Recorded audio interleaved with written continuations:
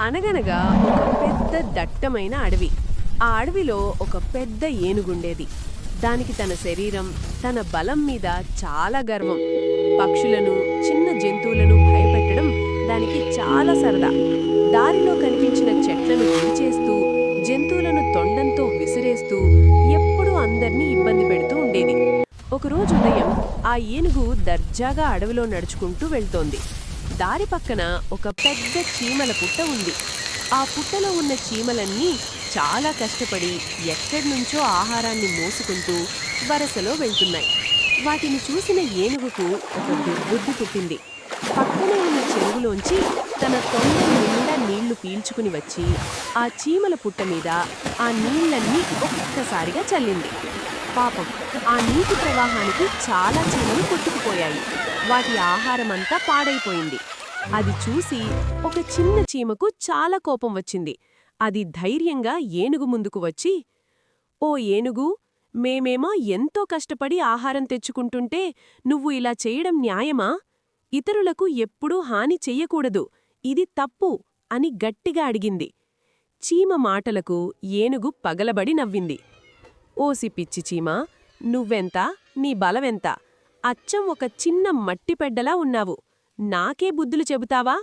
ఇంకొక్క మాట మాట్లాడితే నా కాలితో తొక్కి నిన్ను పచ్చడి చేసేస్తాను" అని అహంకారంగా బెదిరించింది. ఏనుగు గర్వం చూసి ఆ చిన్న చీమకు మరింత కోపం వచ్చింది. ఎలాగైనా ఆ ఏనుగుకు బుద్ధి చెప్పాలనుకుంది.